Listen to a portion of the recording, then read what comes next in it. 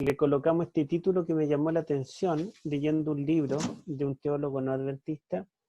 Él habla de que en este capítulo hay dos leyes inmutables enfrentadas. ¿Qué les parece el título?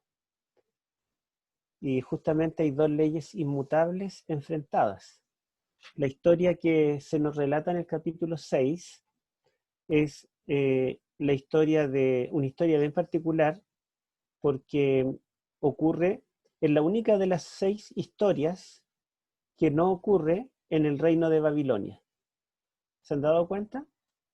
Porque desde el capítulo 1 hasta el capítulo 5, todas las historias ocurren en la corte de Babilonia, le ocurre a Daniel o a los amigos de Daniel, y hay un rey babilónico involucrado. Pero acá ya estamos comenzando el reino del imperio medo-persa. Daniel sigue viviendo en Babilonia y sirviendo a la corte de Babilonia, pero la capital principal del imperio medo-persa, desde donde se gobierna, está en otro lugar. Habían 3 capitales del imperio babilónico. Una era Susa, la otra era, ya se me confundieron, Ecbatana, y hay una tercera capital, pero Babilonia no era capital, era una ciudad importante del gobierno del imperio medo-persa, pero Darío, al parecer, era un rey vasallo, o un rey que estaba en segundo lugar después de Ciro, y entonces él tenía el gobierno de Babilonia, donde Daniel allí estaba sirviendo. Pero interesantemente, con el capítulo 6 ya comenzamos una nueva historia, damos vuelta a la página. El imperio babilónico quedó atrás, quedó en el pasado.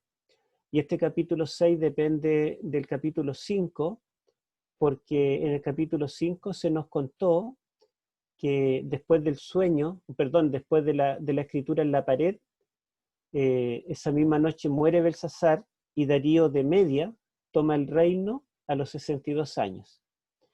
Y ahora nos dice que Darío, cuando tomó el reino, le pareció bien instituir sátrapas y dividir el reino en satrapías para que se gobernara en una forma mejor. Entonces, el capítulo 6 tiene como contexto el capítulo 5, el capítulo anterior. Bien, vamos a ver. Bueno, y la historia, simplemente, así en pocas palabras, es que en este gobierno se da un decreto de muerte para que ninguno pueda adorar a ningún dios durante 30 días. Solamente pueden hacerle consultas al rey o alabanzas u honores al rey, a nadie más. Y se está grabando, sí. Vamos a avanzar entonces.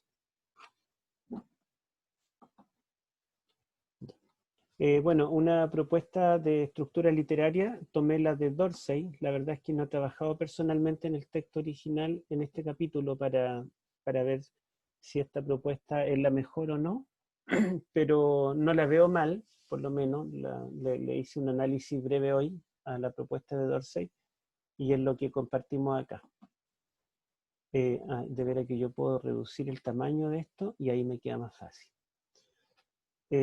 Generalmente conocemos este capítulo como la historia de Daniel en el foso de los leones.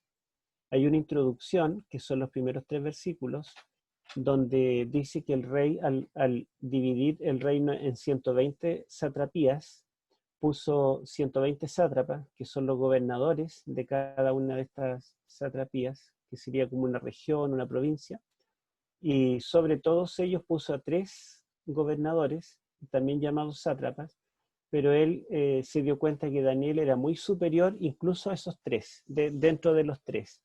Entonces él planificó colocarlo sobre todo el reino.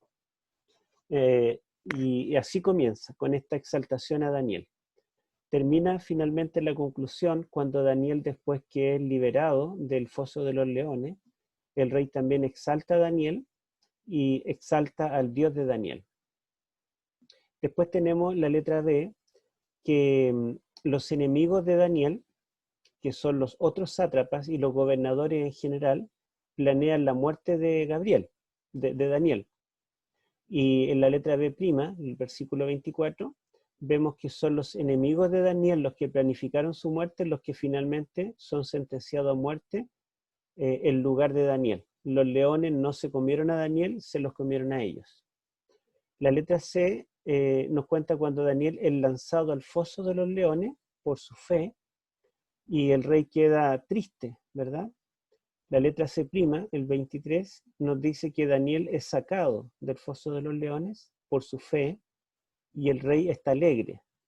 Y el centro serían los versículos 19 al 22, donde Daniel sale ileso, no tiene ninguna lesión, ningún rasguño, ¿verdad? A pesar de haber pasado toda la noche en un foso de leones. Eso sería entonces la estructura propuesta por Dorsey. Vamos a avanzar. Ahí tenemos el texto. Bueno, lo vamos a leer, quizá para no desconcentrarnos, leamos los primeros 3 versículos. A ver, hermana Isabel.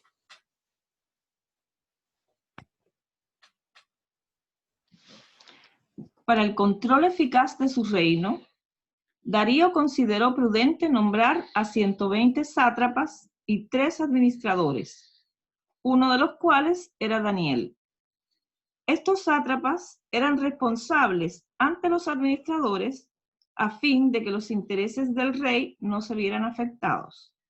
Y tanto se distinguió Daniel por sus extraordinarias cualidades administrativas que el rey pensó en ponerlo al frente de todo el reino. ¿Hasta el 3? Hasta el 3. Gracias, hermano. Bueno, esto es lo que habíamos dicho, ¿verdad? Los primeros 3 versículos, que Daniel era tan destacado.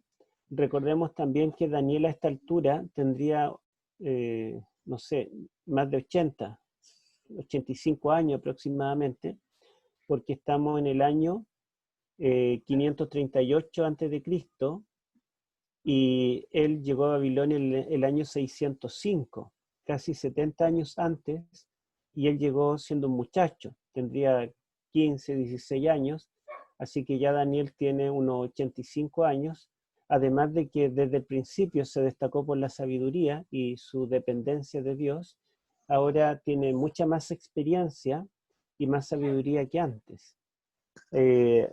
Así que no había competencia para Daniel. Y Daniel tampoco, si cuando joven no anheló cargos ni anheló fama, ahora menos. Pero a pesar de eso, habían personas que le tenían envidia y que querían eliminarlo. Bueno, veamos la siguiente. Cuando dice el rey pensó en ponerlo sobre todo el reino, el verbo pensó en arameo es ashat. Y este verbo ashat significa pensar, planificar, y la forma usada, la forma verbal, porque bueno, esto está en arameo. En arameo hay varias formas, me parece que son 8 formas distintas que puede tomar el verbo. La forma no tiene que ver con el tiempo ni con el modo, esto es algo distinto. Y las formas le dan intención, por ejemplo, de una forma causativa, hay una forma intensiva, hay distintas formas, digamos, en los verbos en arameo, similares en hebreo. Entonces, la forma que tiene el verbo acá es un participio pasivo que se traduciría literalmente estaba pensando o estaba planificando colocarlo sobre todo el reino. Y la Biblia Jerusalén traduce el rey se proponía ponerlo al frente del reino entero. En otras palabras, no es que el rey pensó nomás, sino que él estaba ya planificando para ejecutar esto. Y los colegas, ¿verdad? No querían que Daniel quedara por sobre todos ellos. La envidia no se los permitía. Pero además de la envidia, ellos siempre vieron a Daniel como un extranjero, a pesar de que ya Daniel tenía su radicación, él llevaba unos 70 años viviendo en Babilonia, llegó jovencito, él tenía el acento nativo prácticamente de Babilonia, conocía perfectamente la corte y todo el funcionamiento, pero Daniel nunca participó en la religión de Babilonia, ni siquiera en la comida de Babilonia, así que nunca lo aceptaron como parte de ellos. Y fuera de eso, también los babilonios se creían exclusivos, se creían superiores. se creía una raza superior porque era una superpotencia. Entonces, que la superpotencia estuviera administrada por extranjeros, para ello era, digamos, les hería su orgullo nacionalista. Y de hecho, el mismo Darío, el rey, era un rey medo, que era primera vez que el gobierno estaba en manos de un extranjero. La nación había caído cautiva de un imperio extranjero. Y ahora el rey, Darío, quería poner como el segundo de a bordo, después de él, a Daniel, que era otro extranjero. Por lo tanto, si el rey estaba planificando esto, ellos querían impedirlo a toda costa. No querían que el gobierno, la nación, quedara en manos de gente extranjera. Aunque ellos sabían que Daniel era un hombre honesto, y lo más probable es que la nación no estuviera en mejores manos que la de Daniel. Si Daniel gobernaba esa nación, de seguro que iba a haber bendición. Bueno, los dos decretos de muerte. ¿Por qué los dos decretos de muerte? Porque ustedes recuerdan que esta historia del capítulo 6 tiene un paralelo con la historia del capítulo 3. En el capítulo 3, los 3 jóvenes hebreos fueron obligados, junto con todos los gobernantes, a postrarse y adorar la imagen de oro que levantó Nabucodonosor. Y ahora, ¿verdad? Hay un segundo decreto de muerte, que todo aquel que no adore la imagen, todo aquel que adore a otro Dios que no sea el rey, debe ser lanzado al foso de los leones. Y Daniel es el remanente fiel en Babilonia en este contexto, y él está dispuesto a morir antes que dejar de adorar al Dios verdadero. Veamos entonces algunas similitudes y diferencias. En el capítulo 3 tenemos que el decreto era para adorar esta imagen de oro, ¿cierto? Y ahora no hay una imagen, sino que ahora es el rey mismo el que debe ser venerado, exaltado, y cualquier petición debe ser hecha a él. Cuando dice que el rey constituyó o levantó, ¿verdad? Un decreto, es la palabra, el verbo arameo kum, que significa levantar o establecer, y es el mismo verbo que se utiliza para hablar de la imagen que Nabucodonosor levantó. Recordemos que estos dos capítulos están en la sección aramea, están en el mismo idioma. Así que ahí vemos una similitud. Pareciera que el autor coloca el mismo verbo porque quiere que nosotros relacionemos el capítulo 3 con el capítulo 6. Pero hay varias similitudes más. Fíjense que en ambos relatos hay una lista de oficiales que deben cumplir con ese requisito. En ambos capítulos se acusa a los judíos de no obedecer al rey, porque en ninguno de los casos el rey se da cuenta, sino que son la gente de la corte que trabaja con él, los cortesanos, los que acusan maliciosamente a los judíos y al rey.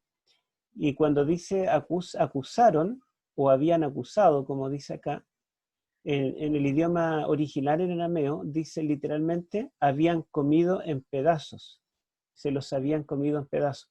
Es una expresión que significa acusar. Es como cuando nosotros decimos en chileno, están pelando a la vecina. No es que le estén sacando el pelo, sino que están pelando en el sentido de que están hablando mal. Entonces, no es que la lengua pele a alguien, sino que pelar se toma en una forma figurada como hablar mal de alguien.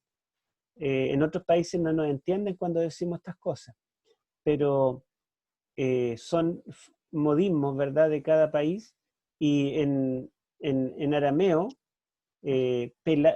acusar a alguien, acusarlo maliciosamente, se dice comer en pedazos. Y esta frase es interesante porque los colegas de Daniel que lo comieron en pedazos, o sea, lo acusaron, intentaron hacer que Daniel fuera comido en pedazos por los leones. Pero finalmente ellos fueron comidos en pedazos porque Daniel sobrevivió, los leones no se los comieron, y ellos fueron comidos en pedazos por los leones. A eso Luis Alonso Choquel dice que los verdaderos leones que querían comer a Daniel no eran los leones del foso, sino los sabios de Babilonia. Bueno, la declaración del rey, yo decreto, aparece esa frase tanto en el capítulo 3 como en el 6. La orden de adoración pagana está en ambos relatos. Los fieles que rechazan esta orden están en ambos relatos. Los fieles sentenciados a muerte también. Los fieles liberados y el rey arrepentido también se menciona en ambos. La intervención de un ser celestial, en ambos lo tenemos, ¿verdad? Allá es el cuarto varón, semejante al Hijo de los Dioses, y acá es un ángel que tapa la boca de los leones. Entonces, en ambos casos tenemos nosotros la participación de un ser celestial. Y los dos relatos terminan cuando el rey alaba a Dios, ¿verdad? Y emite un nuevo decreto, en este caso una orden para que alaben al Dios de los judíos. Y en los dos relatos también está la frase, ninguna lesión se halló en él. Y el verbo arameo, sustantivo, perdón, arameo, lesión, es jabal en ambos casos. Así que tenemos varios elementos en común, se dan cuenta en el capítulo 3 con el capítulo 6. Y si ustedes se recuerdan que dijimos que era un quiasmo, capítulo 2 con el 7, capítulo 3 con el 6 y capítulo 4 con el 5, forman esa estructura de todos los capítulos en arameo. Pero también tenemos algunas diferencias. Yo no fui exhaustivo en anotar las diferencias, pero algunas pusimos acá. Miren, en el capítulo 3 se erigió una imagen gigante para que fuera adorada y se dio una orden explícita para postrarse y adorarla en un momento específico, cuando tocaran los instrumentos. Era algo visible y audible. Estaba allí el ídolo, estaba el sonido de los instrumentos y era el momento para que obedecieran el decreto. Esto no es algo de un momento, sino que la falsa adoración del capítulo 6, el decreto de muerte, incluye un periodo de 30 días y no era algo visible. Ellos no estaban obligados a adorar una imagen ni tampoco a adorar al rey. El mandato simplemente era de abstenerse de adorar o de orar o de pedir a cualquier dios durante el espacio de 30 días, y el único que podían pedirle algo era el rey, o al que podían rendirle algún tributo o algún honor o algún regalo era el rey. De manera que, digamos, acá hay una diferencia, porque si ustedes ven, en el capítulo 3, el mandato es adoren. En el capítulo 6 el mandato es no adoren. Es lo contrario, ¿se dan cuenta? Porque en el capítulo 3 hay un mandato positivo, se manda a adorar una imagen, un ídolo, que un hijo de Dios no puede hacerlo. Pero en el capítulo 6 se prohíbe adorar a Dios. Y eso tampoco puede hacerlo un hijo de Dios. Y esto significa que la tentación es más sutil acá, porque nosotros podríamos decir, bueno, no nos están mandando a adorar un ídolo, no nos están poniendo una marca, no nos están obligando a ir a una iglesia satánica, no nos están obligando a hacer algo en contra de nuestra voluntad, simplemente nos piden que nosotros dejemos de congregarnos, dejemos de guardar el sábado, dejemos de orar, de adorar a Dios, y eso no parece, ¿verdad?, tan difícil, parece más fácil. Sin embargo, es una tentación mucho más sutil y que la tuvo que enfrentar Daniel solo, que es otra diferencia, porque allí en el capítulo 3 estaban los tres amigos, y aunque estaban solos en el sentido de que todos los demás no estaban con ellos, pero por lo menos ellos tres se podían apoyar. Pero aquí Daniel tiene que enfrentar esta prueba solo. Él no nos dice dónde estaban los amigos. Es probable que ya como Daniel tiene unos 85 años, es probable que los amigos ya habían fallecido, o quizás, como tenían cargos importantes, lo hayan mandado como gobernantes de alguna otra provincia y no estuvieran allí en Babilonia en ese momento. Ahora, otra diferencia es que en el capítulo 3 el rey mismo era el que quería matarlos. Él, ¿verdad?, era el que estaba irado y quería eliminarlos, pero acá el rey Darío en realidad fue entrampado. Él quería salvar a Daniel, pero fue impotente para salvarlo. Bueno, y yo que puse un párrafo de mi libro acá, porque considero que es importante. Hubo tiempos en que el cristianismo apóstata obligaba a venerar imágenes y el negarse esas prácticas no bíblicas les significaba morir en la hoguera a los cristianos fieles. Hoy en día nadie nos obliga a adorar una imagen, pero la situación opuesta es ahora la mayor tentación. El mundo está tan secularizado que adorar a Dios da vergüenza. No digo que sea así para ustedes o para mí, sino que es una generalidad. ¿Quién se atreve a leer la Biblia en lugares públicos, mientras todo el mundo está entretenido en su celular?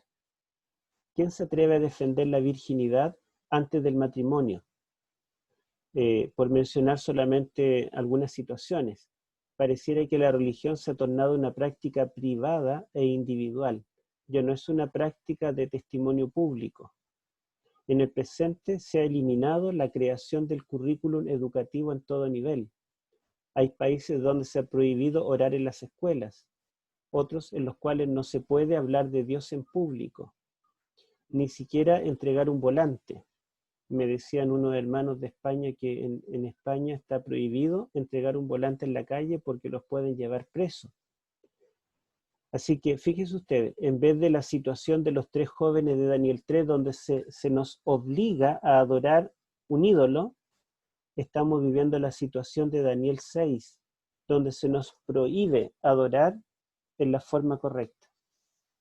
Y sabemos que así como aquí hay 2 decretos, habrá 2 decretos dominicales también, lo que nos dice Elena de White, que el primer decreto será un decreto en el que se nos va a obligar a guardar el domingo. Nadie podrá trabajar el domingo y habrá que reunirse en la iglesia el domingo.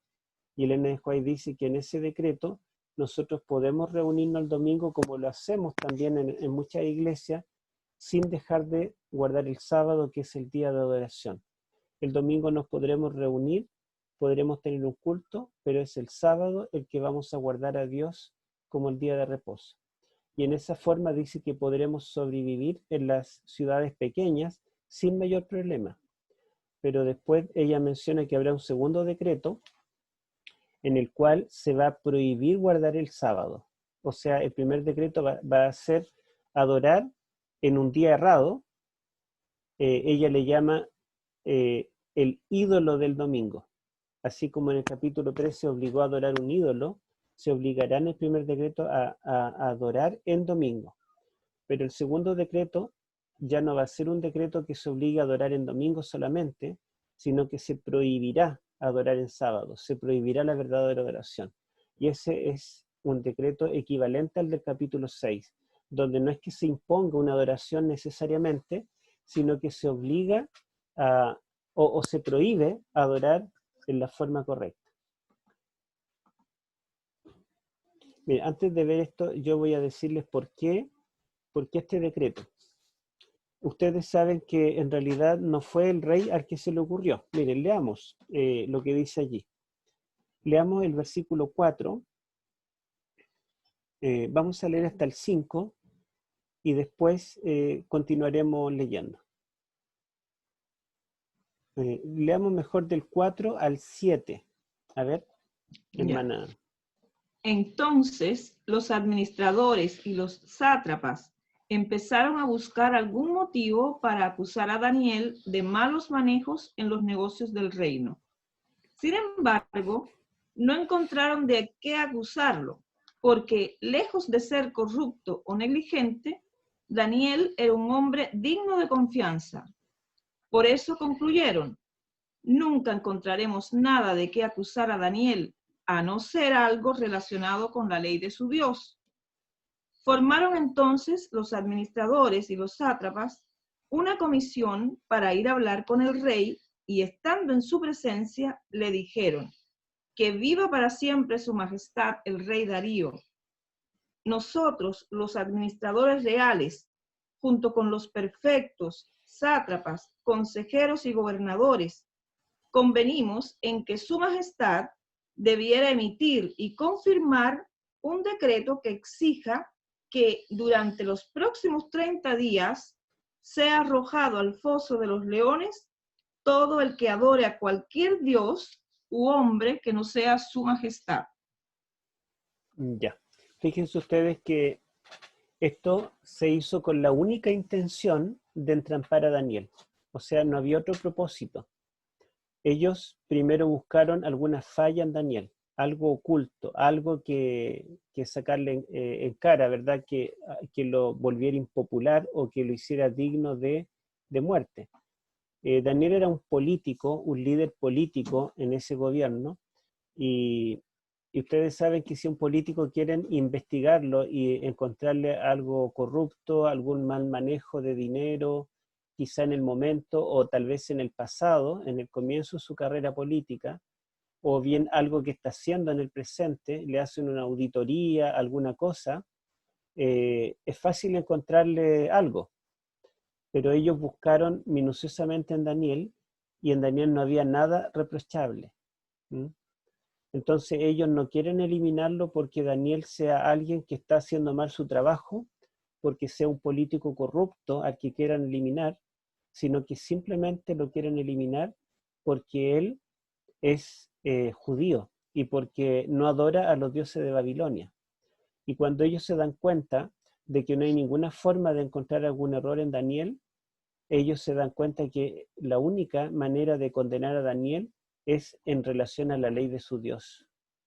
Y lo mismo se concluirá en el tiempo del fin, porque el remanente fiel son los que guardan los mandamientos de Dios. Entonces, cuando se dé un decreto que vaya en contra de los mandamientos de Dios, será la única forma de poner al remanente final como ilegales o como quebrantadores de la ley, ¿sí?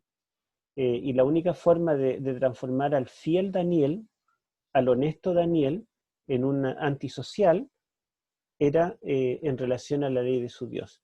Y como ellos sabían que Daniel oraba 3 veces al día, y Daniel podría orar en forma secreta, Jesús dijo, cuando ores, entra a tu cuarto y cerrada la puerta, entra tu padre, ora a tu padre que está en lo secreto, y tu padre que ve en lo secreto te recompensará en público. Pero Daniel, él oraba con las ventanas abiertas, todo el mundo lo veía, y oraba con las ventanas abiertas hacia Jerusalén. Entonces, él podría por ese mes haber cerrado las ventanas o haberlo hecho una oración en la mente, porque nosotros podemos en un lugar público hacer una oración en la mente, o haber entrado al baño a orar, que yo creo que muchos lo han hecho en el trabajo, en alguna circunstancia. Pero la verdad es que la oración de Daniel, que era 3 veces al día, era también su testimonio público. Él era el único representante del Dios verdadero, el remanente en la corte de Babilonia, y si él no oraba en forma pública, no pública, porque era su oración personal, pero no lo hacía en forma visible, él iba a dejar de testificar. Entonces Daniel no estuvo dispuesto a callar en este sentido. Si él lo dejaba de hacer en forma pública, aunque siguiera orando en forma privada, escondida, podríamos decir, él habría dejado de dar testimonio del Dios verdadero. Ahora, ¿por qué dar un decreto así tan extraño? ¿Y por qué el rey no cuestionó, no pensó que podía haber alguna otra intención, sino que firmó automáticamente? Y el problema con Medo-Persia es que la ley de Medo-Persia no podía ser abrogada. Una vez que se firmaba un decreto, ese decreto se debía cumplir. Se han encontrado evidencias históricas, también algunos historiadores griegos mencionan decretos de reyes persas que al firmarlos ya no se podían abrogar. Hay un caso con el rey Darío III, que nos dicen los historiadores. Darío III firmó un decreto de muerte para una persona que él descubrió que era inocente.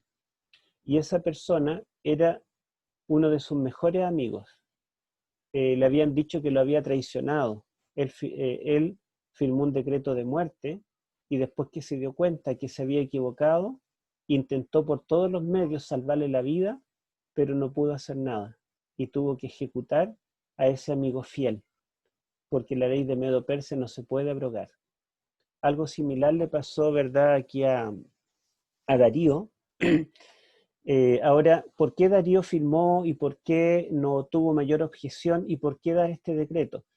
Si ustedes recuerdan, la noche que cayó Babilonia, Belsasar había hecho traer imágenes de oro, de plata, de bronce, de hierro, de madera y de piedra, y las estaban adorando con los vasos de oro del templo de Jehová, y había 1000 de sus príncipes. Entonces la historia secular, las crónicas de Nabonido, el padre de Belsasar, nos dicen que el mismo rey Nabonido, antes de que Ciro llegara a Babilonia, cuando se enteró que los ejércitos estaban viniendo a invadir Babilonia, él recorrió los pueblos y ciudades vecinas y tomó las imágenes, les quitó las imágenes de todos los dioses y los llevó al palacio de Babilonia con el propósito de que los dioses de todas las ciudades y reinos pequeños se unieran al panteón de los dioses de Babilonia y hubiera más fuerza. Era una multitud de dioses que iban a estar allí y no iban a permitir que Babilonia cayera. Entonces las mismas crónicas dicen que después que Babilonia fue tomada, los medios y los persas devolvieron esa imagen a los respectivos pueblos, pero esto tomó tiempo, más o menos demoró unos 5 meses en que ellos, digamos, reconocieran de dónde era cada imagen y las comenzaran a llevar para acá, para allá. Entonces, es muy probable que en ese periodo, que era el comienzo del reinado de Darío, hubiera mucha confusión a qué dios orar, porque habían un montón de dioses que habían sido traídos de afuera y seguramente los sabios lo pensaron de esa forma, ya que hay tantos dioses a quienes pedir y hay confusión en la gente, dejemos un mes para que nos ordenemos, para que salgamos de este enredo y que en ese mes no se le ore a ningún dios. Solamente se hagan peticiones al rey. Por otro lado, el rey Darío no era babilonio, él había terminado con el linaje de los reyes caldeos, entonces él era un extranjero. Y lo más que quiere un extranjero en una nación que no es la suya es aceptación. Entonces, si durante 30 días toda la población que él gobernaba tenían que solo acercarse y pedirle a él, era como una buena forma de ganarse el cariño de la gente. Es como un político que cuando llega el momento de la candidatura, ¿verdad? El político se acerca a la gente y les concede sus peticiones y hace favores. Entonces era como una muy buena idea que durante un mes todo el contacto de petición, de ayuda, de solicitudes, fueran al rey. Y por otro lado, como los sátrapas, los 120 sátrapas y todos los gobernadores, los magistrados, los alcaldes, los gobernadores, los que tenían cargos públicos, unánimemente, según lo que ellos contaron, unánimemente acordaron esto. El rey dijo para sí, bueno, veo que mis subordinados me aprecian, me están dando un privilegio de que durante un mes yo sea el centro de atención, sea la persona más importante. Voy a aparecer en todos los canales, todas las entrevistas van a ser a mí. Y bueno, si ellos me lo están pidiendo, ¿cómo me voy a negar? Seguramente ellos tienen buena intención y quieren comenzar bien este nuevo reino, me aprecian. No puedo rechazar el cariño que me están ofreciendo. Pero la verdad es que no había ningún cariño hacia el rey y ningún interés hacia el rey, sino que era un interés propio, un egoísmo. Ellos querían usar al rey para su propio provecho. Y la verdad es que al rechazar a Daniel porque era un gobernante extranjero, posiblemente el mismo rey pasaría a ser el próximo candidato a entrampar y a eliminar, porque era otro extranjero. De manera que esto no era nada bueno para el rey. Ellos que se mostraron como leales al rey y condenaron a Daniel por ser desleal al rey, por no obedecer al rey, la verdad es que era todo al revés. Daniel era el único leal al rey y ellos eran desleales manipularon al rey, entramparon al rey y lo pusieron como tonto, porque él mismo se dio cuenta que el decreto que no se podía abolir, la verdad es que en vez de mostrar la autoridad que él tenía, mostró la debilidad que él tenía, porque él mismo se vio entrampado en esa ley y él mismo no la podía cambiar. Entonces, esto es paradójico, pero se da en la política. Y yo creo que hemos visto alguna historia, hemos escuchado alguna noticia en alguna ocasión en que se ha entrampado, ¿verdad?, a algún gobierno, algún político que quieren hacer lo bueno a veces, pero no pueden porque hay circunstancias, hay políticos, hay leyes y otras cosas que son muy complejas. Y esta fue la situación que vivió eh, el rey Darío. Entonces, ese decreto de que durante 30 días nadie pudiera hacer ninguna petición a ningún dios, sino solamente al rey, era algo muy apropiado al contexto. ¿Mm? Bueno, esto ya lo habíamos leído, ¿cierto? Sí, ya lo habíamos leído. El saludo de los sabios al rey, 3 veces esta comisión de sabios va a la corte a hablar con el rey, pero fíjense ustedes que el mismo saludo que ellos hacen muestran que el interés no era hacia el rey, sino que al contrario, querían solo usar al rey.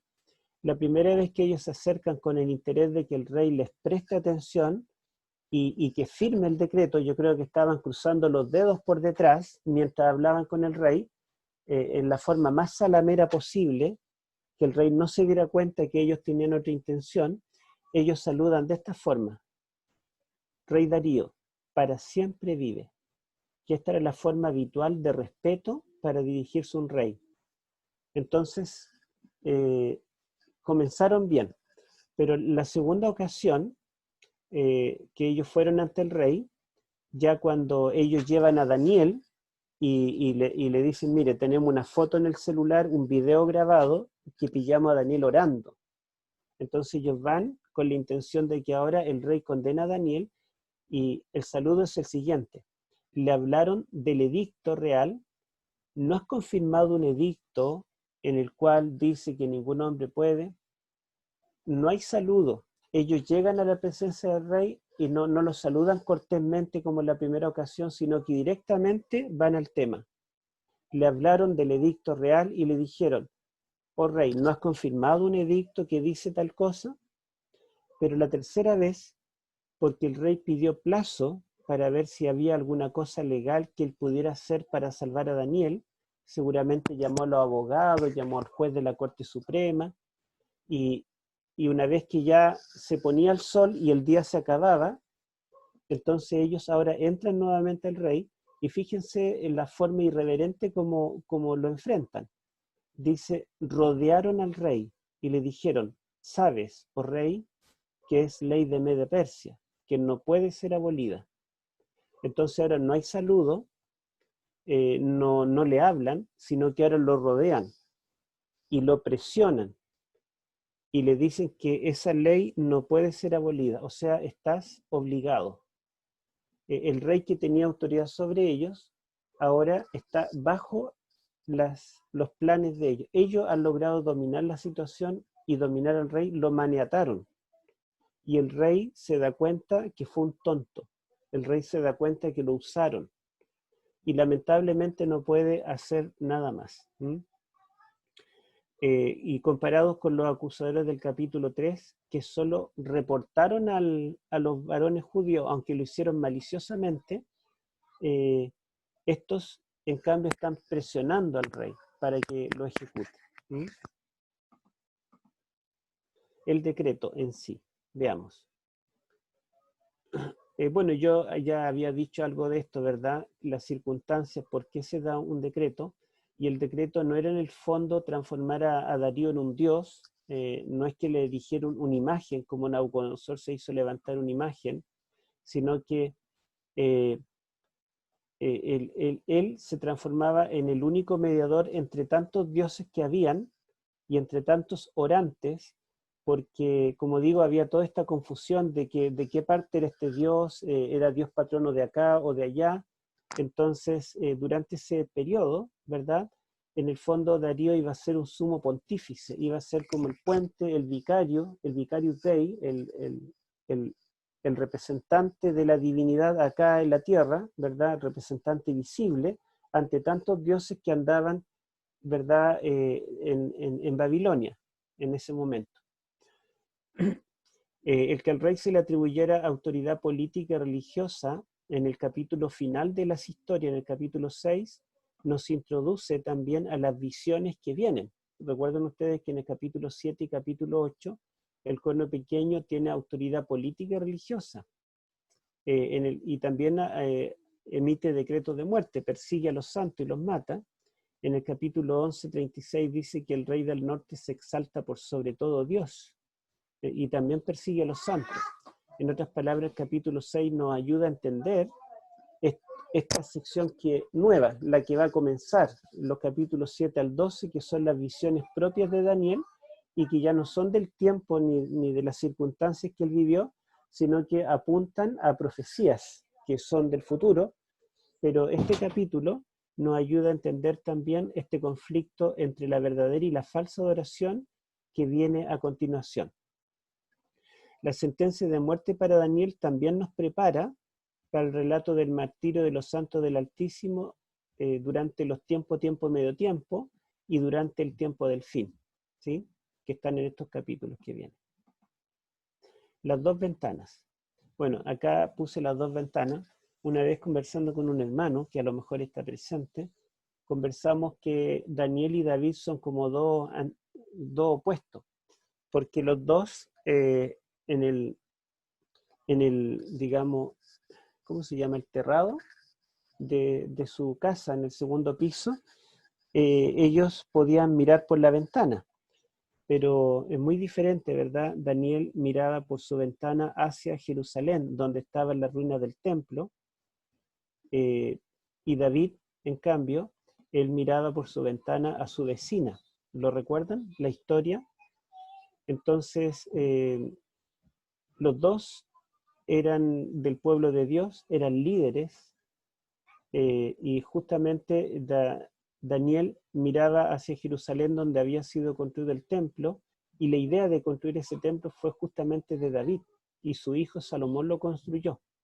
Y cuando lo inaugura en el capítulo 8 de Primero de Reyes, él ora diciendo que donde quiera que estemos, nosotros oraremos hacia este templo. Y cuando oremos hacia este templo, tú oirás de los cielos. En otras palabras, por ese motivo Daniel oraba mirando hacia Jerusalén, porque allí en Jerusalén, aunque estuviera en ruinas, había algo del templo. En cambio, David, al mirar por la ventana, ¿verdad?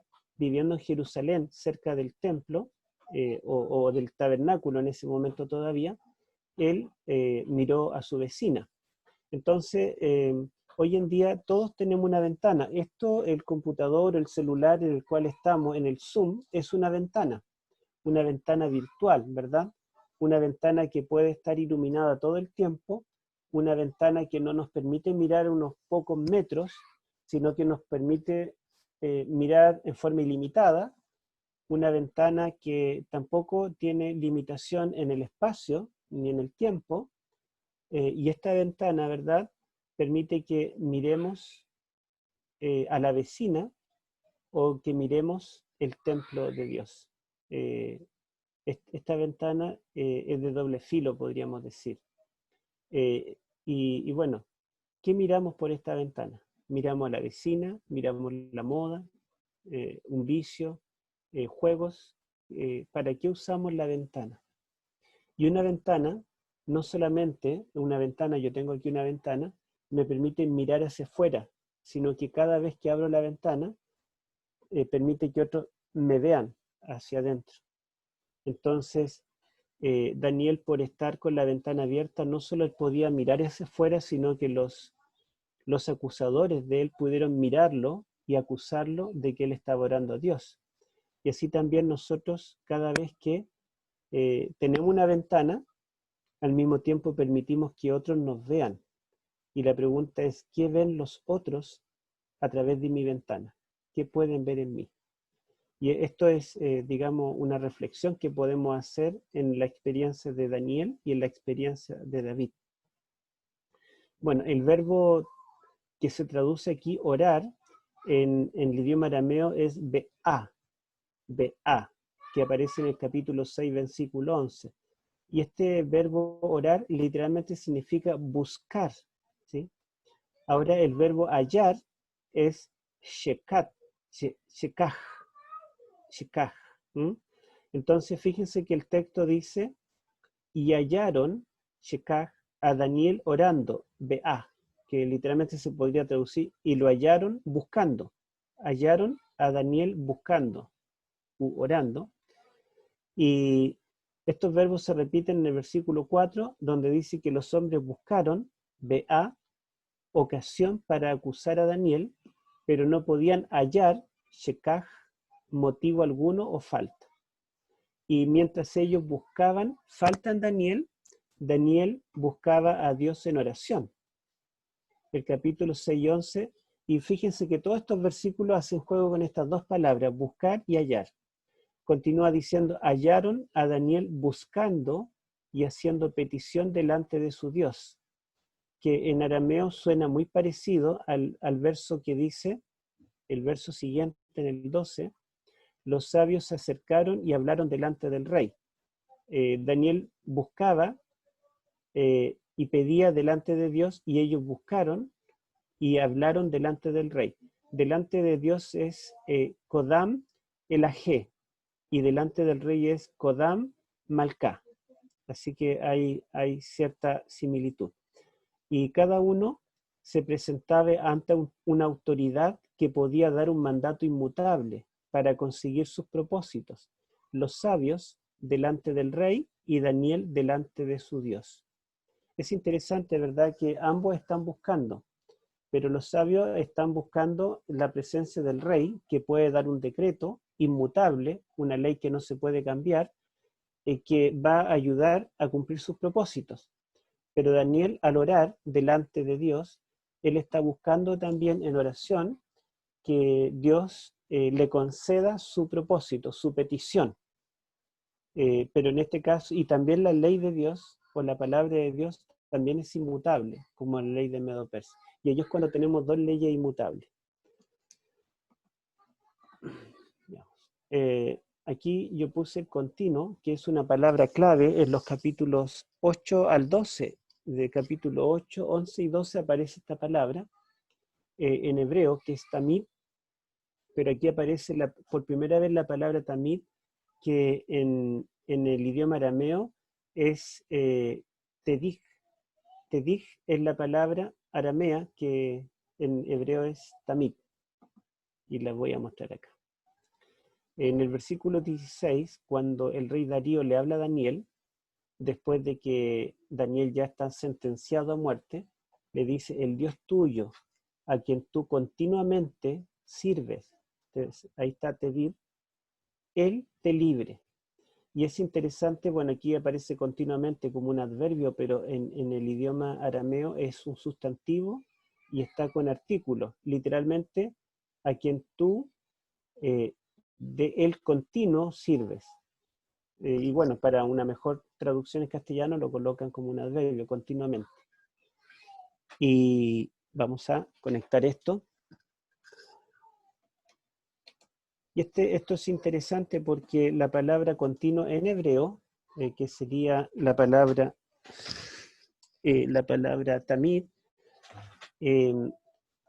no se usa con artículo ni como sustantivo en el resto del Antiguo Testamento, pero en Daniel capítulo 8, versículo 11 y 12, después en el capítulo 11, 31 y en el capítulo 12, versículo 11, se utiliza también con artículo y como sustantivo. Entonces tiene una conexión gramatical, sintáctica, con esta palabra aramea que es la misma, tiene el mismo significado, solo que en distinto idioma. Y luego en el versículo 20, otra vez, una vez que ya Daniel es lanzado al foso de los leones, y pasa toda la noche, al otro día en la mañana el rey va y le grita hacia el foso, Daniel, siervo del Dios viviente, el Dios tuyo, a quien tú continuamente sirves, ¿te ha podido librar de los leones? Y otra vez está la palabra, el sustantivo tedir, con artículo, y lo traduce otra vez continuamente. Y bueno, yo tengo acá cómo lo traduce en la Biblia hebrea, que es Tamid, y cómo lo traduce la versión griega. Usa dos formas distintas en distintos textos. Una es endelejos, o también endelogismos, que sería la misma palabra como adverbio y la otra como sustantivo. Y en otra ocasión utiliza diapantos, que significa por siempre, continuo, por siempre. Y esto diapantos la utiliza Hebreos 7:25 cuando dice que Cristo intercede por nosotros continuamente. Ahora, es interesante los textos en Daniel. Miren, busquemos Daniel 8, 11 y 12, hermana Isabel, solamente para que ustedes vean cómo lo usa Daniel. En el capítulo 8 está hablando del cuerno pequeño que se levanta contra Cristo. Y aún llegó a sentirse más importante que el jefe del ejército de los cielos. Por causa de él se eliminó el sacrificio diario y se profanó el santuario. Por la rebeldía de nuestro pueblo, su ejército echó por tierra la verdad y quitó el sacrificio diario. En fin, ese cuerno hizo y deshizo. Bueno, fíjense que allí nos dice que el cuerno pequeño no solamente persiguió a los santos, sino que se levantó contra el mismo príncipe celestial, contra Cristo, y atacó su santuario. Y dice allí, le quitó el sacrificio diario. Pero la verdad es que la palabra sacrificio no está en el original, sino que le quitó el diario, el continuo. Y se refiere a al ministerio continuo de intercesión de Cristo en el lugar santo como el sumo sacerdote celestial, ¿verdad? Por la obra que hacía el sumo sacerdote continuamente en el lugar santo, en el santuario eternal. Y en la misma palabra de acá, solamente que allá está en un capítulo en hebreo y acá está en un capítulo arameo.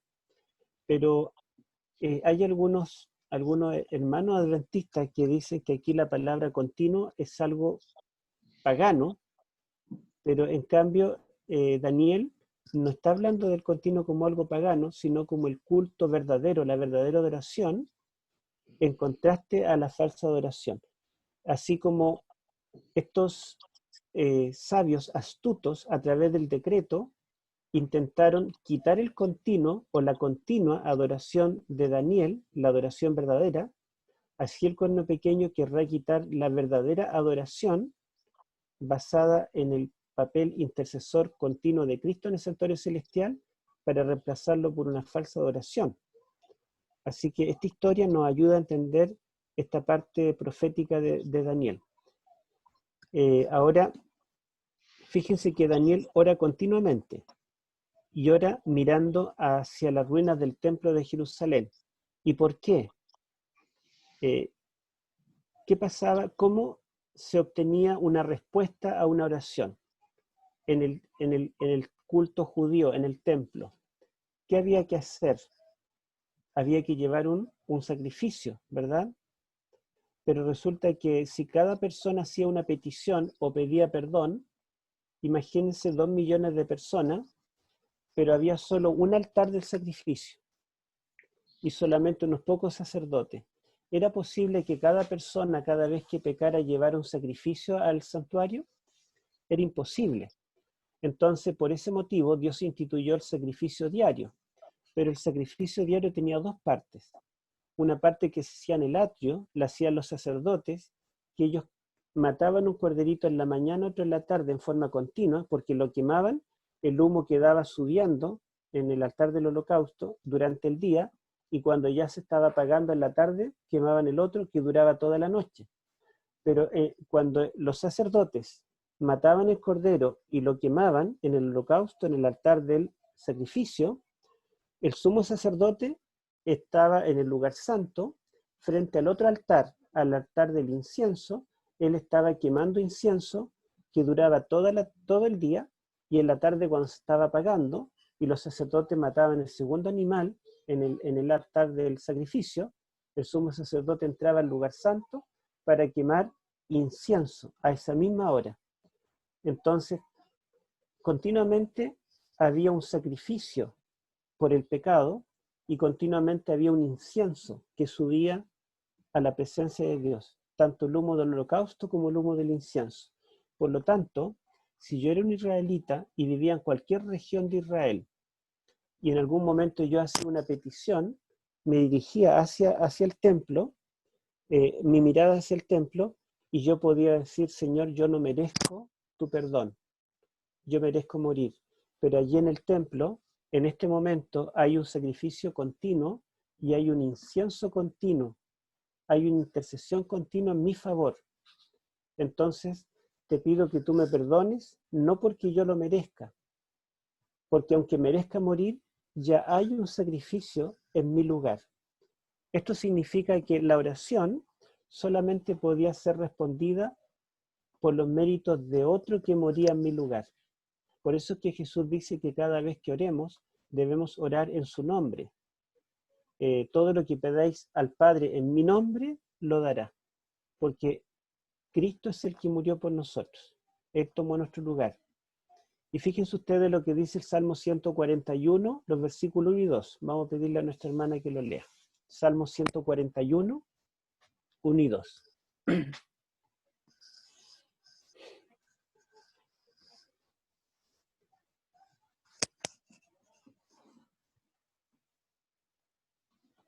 Hermana Isabel, ¿lo tiene? Sí. A ti clamo, Señor, ven pronto a mí. Atiende a mi voz cuando a ti clamo. Que suba a tu presencia mi plegaria como una ofrenda de incienso. Que hacia ti se eleven mis manos como un sacrificio vespertino. Se dan cuenta que David está diciendo que su oración, cuando él ora, que suba a Dios como si fuera el humo del incienso, y que su plegaria ascienda como si fuera un holocausto vespertino. Entonces, cuando David está orando acá, todavía el templo no está construido, está el tabernáculo, la tienda, pero él está orando, sin embargo, no necesita estar matando un animal cada vez que ora, ni quemar incienso al sumo sacerdote en el lugar santo, porque en el momento que él está orando, él confía en que su oración sube a Dios, así como el incienso en el lugar santo está subiendo en forma continua, y como el humo del holocausto en el altar está subiendo en forma continua. Y por eso es que en Apocalipsis dice que las oraciones de los santos son ofrecidas junto con el incienso. ¿Lo recuerdan? Ahí está en el capítulo 8. Por lo tanto, cuando Daniel ora en forma continua, es porque en el santuario hay una intercesión continua. Y eso, ¿verdad?, es lo que en el capítulo 6, detrás de los sabios, detrás del rey que no se da ni cuenta lo que está pasando, es Satanás el que quiere interrumpir la verdadera adoración continua, centrada en la obra de Cristo. Y así también el cuerno pequeño después intentará quitar la verdadera adoración centrada en la obra continua de Cristo en el santuario celestial y reemplazarla por una adoración humana. ¿Mm? Bueno, y entre paréntesis, el incienso, ustedes si buscan el incienso en una concordancia van a encontrar cosas muy interesantes, porque el incienso no solamente se quemaba en el altar del incienso cada día en forma continua, sino que la mesa con los panes debía tener sobre ella incienso, que también era continuo, con la diferencia de que el pan y el incienso de la mesa se cambiaba cada sábado. Por lo tanto, el incienso también representaba el ministerio sabático del sumo sacerdote. Y es interesante que Daniel capítulo 1 dice que como Nabucodonosor no se podía llevar el templo cautivo a Babilonia, tampoco podía llevar la imagen de Jehová porque Jehová no tenía una escultura que lo representara, así como Nabonido se llevó las imágenes de oro, de plata, de bronce, de todos los dioses de las ciudades vecinas. Aquí Nabucodonosor no podía llevarse cautiva la imagen de Jehová porque Jehová no tenía imagen, y tampoco podía llevarse el templo, una estructura grande, Entonces llevó parte del templo que era portátil, llevó los vasos de oro donde se ofrecía incienso, y estos vasos estaban sobre los panes de la mesa. Entonces representan el ministerio sabático del sumo sacerdote en el lugar santo. Estos vasos aparecen en el capítulo 1 de Daniel, que es el comienzo del imperio babilónico, y los vasos reaparecen en el capítulo 5, que es el final de la historia de Babilonia. Cuando el rey de Babilonia desafió al Dios de los judíos y tomó sus vasos para profanarlos en esta adoración idolátrica, entonces cayó Babilonia. Y ahora, ¿verdad? Vemos que la intercesión continua de Daniel por su pueblo en oración quiere ser sacada. Satanás en las historias está luchando contra Dios, está luchando contra la verdadera adoración, está luchando contra el santuario. Más allá del remanente de Daniel o su amigo, la lucha aquí es una lucha espiritual, una lucha de adoración, que lo vemos desde el capítulo 1 hasta el capítulo 6. Y esto que vemos encarnado en la historia de este remanente, que son individuos en la Babilonia literal, en la sección profética, lo veremos en un remanente corporativo, en el contexto de una Babilonia simbólica que está presente en todo el mundo. Y también el decreto de muerte final tendrá que ver con el ministerio del incienso, que es el ministerio sabático del sumo sacerdote. Sigamos. El foso de los leones. Bueno, sabemos que la historia finalmente nos dice que Daniel es lanzado al foso de los leones, y podríamos leerlo.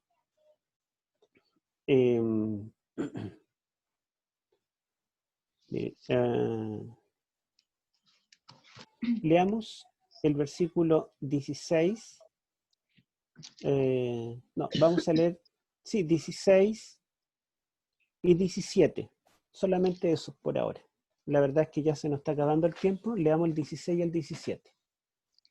El rey dio entonces la orden, y Daniel fue arrojado al foso de los leones. Allí el rey animaba a Daniel: que tu Dios, a quien siempre sirves, se digne salvarte. Trajeron entonces una piedra, y con ella taparon la boca del foso. El rey lo selló con su propio anillo y con el de sus nobles, para que la sentencia contra Daniel no pudiera ser cambiada. Ya. Fíjense algo interesante. Los leones no estaban en jaulas, y esto corresponde exactamente con el periodo histórico de Daniel en Babilonia, en que el hierro era escaso, por lo tanto no podían tener en jaula los leones, y para eso cavaban fosos y los leones los tenían abajo. Pero es interesante, acá hay un montón de juegos de palabras en el idioma arameo que al leerlo en castellano también se perciben. Fíjense que dice que una vez que fue lanzado el foso de los leones, el foso fue tapado con una piedra, y la piedra fue sellada con el anillo del rey. ¿Y qué pasa si alguien lo tiran a un foso con leones y cierran la única salida? ¿Qué esperamos que pase con esa persona? Lo normal es que esa persona no sobreviva. Pero cuando pasó toda la noche y al otro día en la mañana el rey fue y sacaron la piedra, Daniel salió vivo, lo que no era normal. No es normal que alguien sea tirado a un foso con leones, pase toda la noche allí, al otro día abran el foso y salga vivo. Entonces, ese acto, que lo normal es que tirar un foso de los leones es matar, es entregar a la muerte. Cualquiera que es tirado a un foso de leones hambriento no sale vivo. Pero cuando abrieron el foso y sale con vida, eso nos recuerda la muerte y resurrección de Cristo. Dice que lo tiraron al foso, cerraron la entrada con una piedra y sellaron la piedra con el anillo del rey. Eso mismo pasó con Cristo. Cristo fue sepultado en una cueva, cerraron la entrada con una piedra y sellaron la piedra con el anillo del rey. Entonces esto, ¿verdad?, está apuntando la última historia la del capítulo 6, está apuntando a la obra de Cristo que sería sellada con su muerte y su resurrección. Jesucristo también sería entregado a la muerte. Jesucristo también sería puesto una piedra en su tumba. Jesucristo también sería sellada con el anillo del rey, pero esa piedra sería removida y también Cristo saldría con vida de allí, de esa experiencia. Y en ambos casos habría la intervención de un ángel, porque Daniel dice que el ángel de Jehová tapó la boca de los leones, y en los evangelios nos dicen que el ángel de Jehová abrió la boca de la tumba, la puerta de la tumba. Entonces, acá hay un ángel que cierra y allá hay un ángel que abre. Y es interesante que acá donde dice el versículo 17, fue traída una piedra y puesta sobre la puerta del foso. En el idioma arameo no dice puerta, dice la boca. O sea, dice que con la piedra cerraron la boca del foso. Y también se nos dice que el ángel cerró la boca de los leones. Eran muchos leones, pero no dice los hocicos ni las bocas, sino que dice cerró la boca de los leones, igual como dice acá que cerró la boca del foso. Un juego de palabras. Bueno, avancemos. Íbamos a mirar algunas similitudes acá. Mira, hay varias. Al igual que la tumba, ya adelantamos, ¿verdad? Que fue cerrada con una piedra, sellada con el anillo del rey. El final del libro de Daniel dice que fue cerrado y sellado hasta el tiempo del fin. O sea, el mismo libro que escribe Daniel es cerrado y sellado hasta el tiempo del fin. Estas dos palabras habían aparecido acá en el capítulo 6. El capítulo 6 es el que pone término a la primera mitad, las historias. Y el capítulo 12, donde dice que el libro debe ser cerrado y sellado hasta el tiempo del fin, pone término a la segunda mitad, a las profecías. Entonces hay una analogía entre Daniel y su libro. Por eso es que Elena de White dice que cuando a Daniel se le dice en el capítulo 12-13, cuando termina el libro, tú irás hasta el fin y reposarás y te levantarás para recibir tu heredad al fin del tiempo. Ella dice que no solamente allí se está anunciando la resurrección de Daniel, sino que también se está anunciando la resurrección del mensaje de Daniel, que sería entendido en el tiempo del fin. Como Daniel pudo salir a la luz una vez que la piedra fue quitada, fue abierta y desellada, así también el contenido del libro de Daniel en el tiempo del fin puede salir a la luz una vez que el libro es abierto y desellado. Bueno, la envidia de los líderes contra Daniel se refleja en la envidia de los líderes judíos contra Jesús. Tenemos, ¿verdad?, que en ambos hubo envidia de parte de los gobernantes judíos en el tiempo de Cristo. La presión sobre el rey Darío ilustra la presión que ejercieron los judíos sobre Pilatos. Ambos reyes fueron presionados. Daniel y Jesús fueron acusados de falsos cargos y ellos eran inocentes y los mismos adversarios sabían que ellos eran inocentes. En los dos se los acusó de haber desafiado la autoridad del rey. Jesús fue arrestado mientras estaba orando en el huerto del Getsemaní y Daniel fue arrestado mientras estaba orando en su habitación. Pilato, como Darío, reconocieron la inocencia de las víctimas y los dos lucharon por librarlos, pero ninguno tuvo el poder, porque la ley del gobierno humano es débil, o los reyes terrenales son débiles. Daniel y Jesús salieron triunfantes del lugar de su entierro, porque Daniel literalmente fue enterrado para no volver más, pero salió. Para lo cual los dos fueron asistidos por un ángel. Mucho antes de la prueba Dios había juzgado a Daniel como inocente, pero la prueba era necesaria más que por Daniel, era necesaria para el rey y para todo el imperio, para que conocieran a Dios. Así también la muerte de Cristo no fue para favorecerlo a él, sino para favorecer al mundo entero, para que crean en Dios y sean salvos. Los dos eran inocentes ante el cielo y ambos salieron victoriosos de la tumba sellada. Y detalles finales. Fíjense cómo termina el último versículo. Vamos a leerlo.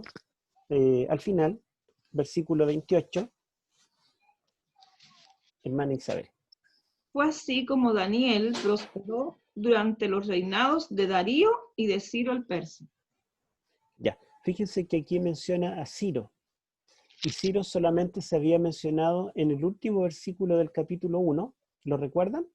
Quizá lo podríamos leer. Capítulo 1, esto lo voy a leer yo, 21. Y continuó Daniel hasta el año primero del rey Ciro. Ese da comienzo a las historias. Y fíjense que aquí en el capítulo 6 tenemos el final de las historias. Y dice, otra vez menciona el reinado de Ciro. Y la última visión, que abarca los capítulos 10 al 12, fíjense el 10.1, en el año tercero de Ciro, rey de Persia, fue revelada palabra a Daniel. Entonces tenemos a Ciro solamente 3 veces mencionado en el libro de Daniel. En el capítulo 1, que comienza las historias y comienza el libro entero. En el capítulo 6, que da término a las historias e introduce las visiones de Daniel. Y en la última visión, ¿verdad?, que da término al libro completo. Entonces, ¿por qué Ciro se menciona en 3 puntos estratégicos? Es porque Ciro, según las profecías de Isaías 44-45, es un tipo del Mesías que salvará al pueblo. Ciro es aquel que venció a Babilonia. Ciro es el que dio el decreto para liberar al pueblo de Dios. Ciro es aquel que dio el decreto para restaurar el santuario que estaba en ruinas. Entonces Ciro representa a Cristo, quien finalmente vencerá a Babilonia. Cristo liberará a su pueblo y Cristo restaurará la verdadera adoración. Por eso la mención de Ciro. Se dan cuenta que más allá de la historia y de la experiencia de Daniel, nosotros tenemos aquí a Cristo apareciendo en varias partes. A través de Daniel, Daniel representa a Cristo, que sufre también en forma inocente, ¿verdad?, una condena, y también representa al remanente, que también tendremos que experimentar este decreto de muerte. Pero también en Ciro vemos a Cristo, el ángel que cierra la boca, el ángel de Jehová, en el Antiguo Testamento es Cristo mismo, y cuando Daniel habla con el rey, tanto los persas como los babilonios entendían la palabra ángel como un dios. Por lo tanto, es muy probable que el ángel que tapó la boca de los leones haya sido Cristo mismo. Bueno, hermanos, eso es el capítulo 6 y nos prepara, como digo, para enfrentar los capítulos que vienen, y al mismo tiempo este capítulo concluye la primera mitad del libro, que son las historias. Y me parece que era la última, ¿sí? Era lo que yo iba a decir acá, lo tenemos, ya lo expliqué. El mensaje final, Dios puede librar en medio de la aflicción. Fíjense que aquí, en este capítulo, se muestra a Dios como el único Salvador. El rey intentó salvar a Daniel, pero no pudo. Y el rey después le dice, el Dios en que crees, Él te libre, Él te salve. Y luego, cuando pasa el día, él va al foso y le grita, Daniel, el Dios en quien confías, ¿te ha podido salvar de los leones? En otras palabras, y termina, fíjense cómo termina el versículo 27, capítulo 6, versículo 27 dice, esta alabanza del rey, Él salva y libra y hace señales y maravillas en el cielo y en la tierra. Él ha librado a Daniel del poder de los leones. Fíjense que la alabanza del rey es reconociendo que Dios salva. El rey con todo su poder, habiendo conquistado el imperio más grande, el rey no puede salvar ni siquiera a una persona. En cambio, él reconoce que Dios es el único que salva y dice que él hace señales sobrenaturales en el cielo y en la tierra, o sea, la obra de salvación de Dios es universal. pero también Dios se preocupa de un individuo anciano y débil. Y dice, y él salvó a Daniel de la boca de los leones. Ese es el mensaje del capítulo 6. Y me parece que esa es la última, ¿sí? Vamos a salir entonces para conversar un poquito. Si hay preguntas u opiniones. Adelante, hermano. Pastor, aquí Cristina Bustos. Yo quería Ya, hacerle hermana Cristina. una consulta, porque yo cuando leo la Biblia, cuando usted va diciendo las cosas, o cuando la hermana Isabel lee la Biblia, ¿por qué las palabras son diferentes a las que ella va leyendo? ¿A qué se debe eso? Es porque la hermana tiene otra traducción, otra versión. Ya. La verdad es que cualquier traducción sirve, pero bueno, no sabíamos, ¿verdad?, qué versión tenía nuestra hermana, pero todas las versiones dicen lo mismo con palabras distintas. Es la Claro. NBI, la NBI. Es la nueva versión internacional la que tiene la hermana. Ya. Sí, porque como yo pensaba que la Biblia dice que no hay que cambiar ni letra, ni coma, ni una de esas cosas, entonces me parecía como extraño de que ella lo dice en otras palabras, entonces por eso como que me había asustado un poco yo. Claro, no es la verdad que cuando dice que nadie debe quitar ni agregar palabras, se refiere a modificar el texto, añadir cosas que no están o sacar cosas que no están. Pero en este caso, como la Biblia está escrita en otro idioma, si le pedimos, por ejemplo, a 5 personas que saben inglés y español, que traduzcan una canción del inglés al castellano, seguramente las 5 traducciones van a ser distintas. Van a decir lo mismo en el fondo, pero con palabras diferentes.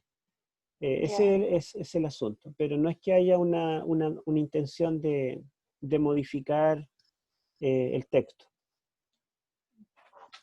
Profesor, el hermano Raúl Suárez pregunta si este ángel de Daniel 6 es el mismo del capítulo 3. Es posible, como mencionaba, ¿verdad? Porque en el capítulo 3, primero dice que el rey ve a 4 varones y el cuarto semejante al hijo de los dioses. Pero al terminar el capítulo 3, el rey dice que Dios es grandioso y que él tiene el poder de librar del fuego, y él envió a su ángel que salvó a los jóvenes. Entonces allí le llama ángel. Para un rey pagano, decir ángel o decir hijo de Dios es lo mismo, porque ellos conciben a los ángeles no como inferiores, sino que los ven como dioses. Recuerden que son politeístas. Entonces, en este caso también, Daniel, cuando habla con el rey Darío, el rey pagano, y le dice que Dios envió a su ángel para que tapara la boca de los leones, perfectamente se puede entender como un ser divino, y podría ser el mismo ángel. Víctor, me gustaría consultarte lo siguiente. Uh-huh. Habíamos visto en una reunión anterior que no había claridad respecto a la identidad de Darío, ¿cierto? Y se mencionaron varias opciones, ¿ya? Y Sí. hay una opción que me gustaría comentar para ver qué piensas tú respecto a ella. Uh-huh. Habíamos dicho que podría haber sido un general, ¿cierto? Pero la Biblia aquí identifica claramente, el mismo Daniel, como Darío el Medo y Ciro el Persa. Por lo tanto, pareciera ser que son 2 personas distintas y no sería un título como podría ser, no sé, los cambios que tenían los emperadores romanos que cambiaban de nombre, ¿cierto? Augusto, César, Claro. Octavio, ¿ya? Sino que parece que efectivamente eran personas distintas. Sabemos por la historia que Ciro el Grande tuvo la gran virtud de aunar estos 2 pueblos, los medos y los persas, y por eso también en Daniel 7, ¿cierto? Y en Daniel 8 vemos que uno era mayor que el otro o se hizo más grande. Eran, si bien es cierto, un solo imperio, pero estaban compuestos por 2 pueblos. Por lo tanto, al ser Ciro, digamos, el principal emperador de ese imperio, por decirlo de alguna manera, pero también con Darío el Medo, que ambos fueron con sus propios ejércitos para invadir Babilonia, y cierto, sabemos que Ciro estaba seguramente más cerca de Nabonido y la misión de Darío era entrar a la ciudad de Babilonia. Eso puede ser tal vez una posible explicación, y no tenemos esto lamentablemente en la historia porque los persas no tenían historiadores que registraran como lo hicieron posteriormente los griegos y los romanos. Sí, yo creo exactamente lo mismo, que no, aunque hay varios autores que están diciendo, incluso autores adventistas, que Ciro es el mismo Darío, que serían dos nombres distintos, la verdad es que no pareciera ser así. Algunos dicen que aquí la palabra "y", cuando dice que Daniel sirvió en los reinados de Darío y Ciro el persa. Entonces ahí dicen que podría ser una "y" explicativa, como decir, Daniel sirvió en los reinados de Darío, es decir, Ciro el persa. Pero esa forma de la palabra "y" en el idioma original es muy, muy rara. O sea, no es lo habitual. Lo habitual es que la "y" es una partícula ilativa, simplemente, traducirla como "y". Y en el original también no dice los reinados de Darío y Ciro el persa, sino que dice el reinado de Darío y el reinado de Ciro el persa. Y al decir Ciro el persa, lo diferencia de Darío, que se lo presentó como el medo en el capítulo anterior. Así que son nombres distintos, nacionalidades distintas. Dice en el capítulo 9.1 que el padre de Darío se llamaba Asuero, y sabemos por la historia que el padre de Ciro era Cambises. Entonces ni el nombre del personaje, ni la nacionalidad, ni el padre de ellos coincide. Entonces no, y al mencionarlo los dos juntos como personajes diferentes en este capítulo, es como claro de que no pueden ser el mismo personaje. Para mí, por lo menos, es así.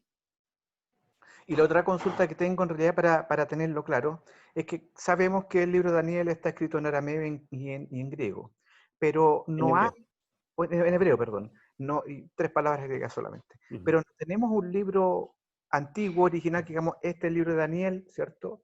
Aquí está, podemos ver la parte aramea y la parte griega, tenemos los manuscritos del Mar Muerto, ¿cierto? Tenemos la Septuaginta, pero la pregunta es, ¿cómo podemos afirmar exactamente de que de esa manera fue escrito?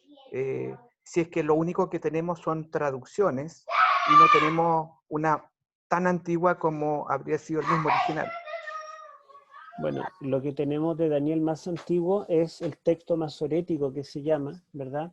Que es lo que los judíos fueron conservando de siglo en siglo. Cuando ya envejecía, lo traspasaban, letra por letra, contaban todo que fuera exacto y rompían lo antiguo.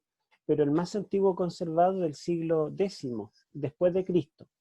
Sin embargo, en los rollos del Mar Muerto, nosotros no tenemos un rollo de Daniel completo, a diferencia de Isaías, que tenemos un rollo de todo Isaías, pero lo que tenemos son varios rollos o fragmentos de rollos de Daniel. Hay porciones con algunos versículos y tenemos porciones de cada uno de los 12 capítulos de Daniel. O sea, hay algunos rollos que tienen parte del capítulo 1, otros que tienen parte del 2, del 3, del 4 hasta el 12. Y es interesante que hay un fragmento que tiene la última parte del capítulo 1 y la primera mitad del capítulo 2. Y sabemos que el cambio del hebreo para el arameo está en el capítulo 2, versículo 4. Y este fragmento de rollo, en esa parte, está hasta el versículo 4, la primera mitad en hebreo, y de la segunda mitad del versículo comienza en arameo. Y ese rollo tiene unos 2100 años de antigüedad. O sea, esa es la mayor evidencia de que efectivamente hubo un cambio del hebreo para el arameo. Pero al mismo tiempo, hay otro manuscrito encontrado que también está fragmentado, no está completo, pero tiene la segunda parte del capítulo 7 y la primera mitad del capítulo 8. Y la segunda parte del 7, todo está en arameo, pero cuando comienza el capítulo 8, comienza en hebreo. O sea, tenemos un fragmento que tiene del hebreo para el arameo y otro que tiene del arameo para el hebreo. El hermano Oscar Vargas tiene un comentario. Buenas noches. Bueno, hermano Héctor, yo la verdad que tengo tres comentarios, pero básicamente asociado a una parte que probablemente usted lo mencionó, pero yo entré tarde, y es respecto al el versículo 1 del capítulo 6, que menciona que le pareció bien a Darío constituir un gobierno, por así decirlo. En esa palabra, investigando, encontré que el constituir es la misma palabra que levantar o erigir, y que está asociado a la imagen que levantó el rey Nabucodonosor, y que también hace el símil con la palabra levantar cuando dice, y Dios levantará un reino que no será jamás destruido. Es un comentario que probablemente usted lo mencionó. Lo mencionamos, sí, Me da el la verbo impresión. cum. Claro, ahora lo que sí quería mencionar también, que no lo vi por lo menos en la presentación, este símil que se hace entre Daniel y Jesús, y que parece también interesante cuando dice que Daniel pensó poner Darío pensó poner a Daniel al ver que se destacaba sobre todo. Es decir, ahí lo menciona en el verso 3, y el rey pensó ponerlo sobre todo el reino. Entonces, ahí me recuerda la figura de Cristo cuando el enemigo lo tienta y le dice, todo esto te daré si postrado me adorares. Entonces, implícitamente, la adoración que Daniel hiciese al rey estaba asociado probablemente también a que iba a recibir todo, es decir, toda la oferta que Darío estaba dando para recibir el reino. Y en cierta medida, en ese sentido, Daniel también vence figurativamente esa tentación que emulaba también las tentaciones de Cristo, tanto así como cuando tuvo que abstenerse y proponerse en su corazón no contaminarse con la comida del rey, y fue como una primera tentación para Cristo el de hecho de cambiar y de poder convertir los panes, o sea, las piedras en pan, y él dijo, no, no solo de pan vivirá el hombre. Y en este caso también en este incidente está la figura de esto, de la tentación de Cristo. Y por último, el comentario que quería hacer acerca del hábito que tenía Daniel de orar hacia el templo, asociado a la promesa que se hizo en la inauguración del templo, la Lo oración de dijimos, Salomón. Primero Reyes 8.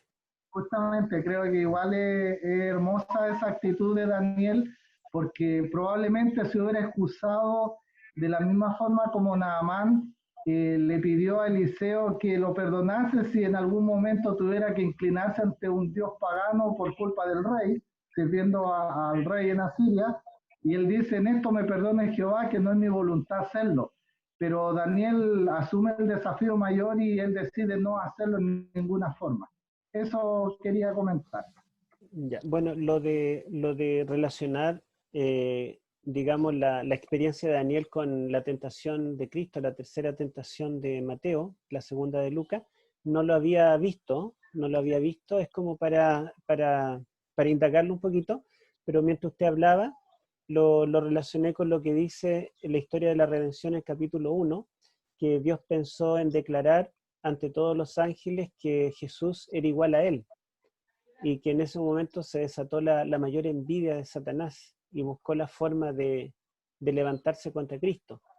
Una experiencia también más o menos similar, ¿verdad? Claro. Amén. Sí, hermana. Una consulta. No, hace un ratito que usted estaba hablando sobre Darío y sobre Ciro. Me dio una confusión porque usted dijo que Darío era hijo de Asuero, siendo que Asuero, me imagino que sea el rey del tiempo de la reina Esther. No. Entonces, no sé. ¿No? No, los persas y los medos acostumbraban a ponerle a toda la descendencia el mismo nombre. Y los griegos también. Por ejemplo, los reyes griegos de Egipto, los Ptolomeos, todos se llamaron Ptolomeos, fueron más de 20. Hoy en día se le agrega Ptolomeo I, segundo, tercero, pero antes simplemente era el rey Ptolomeo. Y todas las hijas se llamaban Cleopatra. Cleopatra I, segunda, tercera, cuarta, etc. El rey de Siria se llamaba o Seleuco o Antíoco. Seleuco I, segundo, tercero, Antíoco I, segundo, tercero. Y todas las mujeres se llamaban Berenice, Berenice I, segunda, tercera.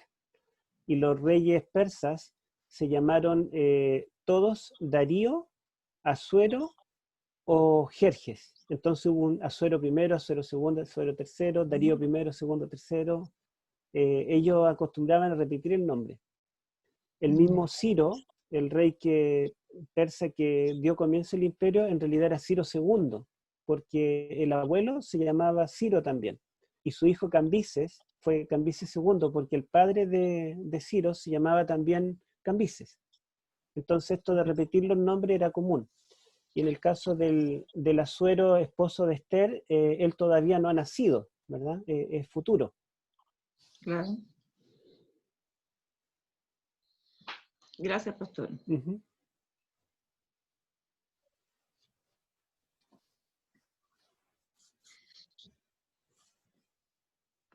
Quería hacer una consulta. Hermana. Es que yo nunca había escuchado esa representación que hizo con respecto a Cristo y en el foso. O sea, Daniel, cuando lo tiraron al foso, esa comparación que hizo con Jesús de la muerte, nunca la había escuchado. Entonces, si yo la comparto con alguien, me dice, ¿y dónde sacas eso tú? Bueno, yo le voy a decir a lo mejor que el pastor Héctor me la dijo, la comentó, qué sé yo. Pero bíblicamente, más argumento, o el Espíritu lo decía, que respalde esta idea. Bueno, hay palabras que se repiten en ambas. Por ejemplo, mencionamos que dice que fue cerrada con una piedra la entrada del foso y fue cerrada con una piedra la entrada de la tumba. Sí, fue no, sí, sellada con el anillo del rey, yeah. En ambas. Hubo un ángel que bajó, ¿verdad?, a ese lugar para rescatarlo. Entonces, todas esas similitudes, al leer el Evangelio y leer también el relato de Daniel 6, podemos darnos cuenta que hay una intención de asimilarlo. Ahora, no lo mencioné, pero fíjense ustedes que el capítulo 6 pone término a las historias, y el capítulo 12 pone término a las visiones. Y el capítulo 12, ¿cómo termina? Con la resurrección, con la promesa de que Daniel dormirá, pero se levantará para recibir su heredad. O sea, termina con una promesa de resurrección para Daniel, y la historia que termina en el capítulo 6 termina también con una resurrección, podríamos decir. Él no estuvo muerto, pero es como que hubiera atravesado la muerte estando allí con los leones. Yeah. Sí, es un tipo de Cristo, nos dice aquí el hermano Dupré. ¿Pero no hay más respaldo de Espíritu y profecía con esa comparación? La verdad es que no me he fijado. No sé si la hermana de Yeah. Juay hará algún Usted en paralelo. algún momento mencionó la hermana Juay un comentario, pero no me acuerdo, no dijo página. Bueno, mencioné el capítulo 1 de Historia de la Redención, cuando Dios pensó en declarar ante todos los ángeles que Jesucristo era igual a él, y colocarlo a cargo del reino, digamos, y Satanás tuvo envidia. Es más o menos parecida la situación a lo que vemos acá. Pero en ese caso no tenemos, digamos, algún texto bíblico explícito. Tenemos más que nada lo que nos revela la hermana de Juan. Ya, gracias. Uh-huh.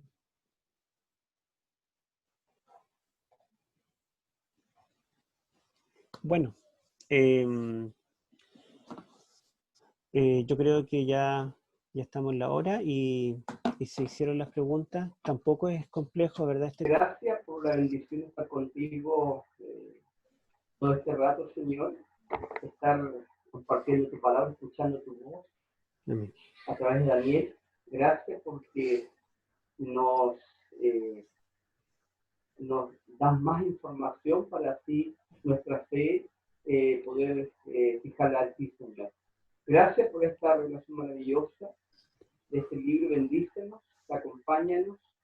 Gracias porque podemos contemplarte, Señor, a través de tu palabra. Bendice al pastor Héctor, a todos mis hermanos presentes. Y, Señor, gracias por esta contemplación. Bendícenos y acompáñanos en el nombre de Jesús. Amén.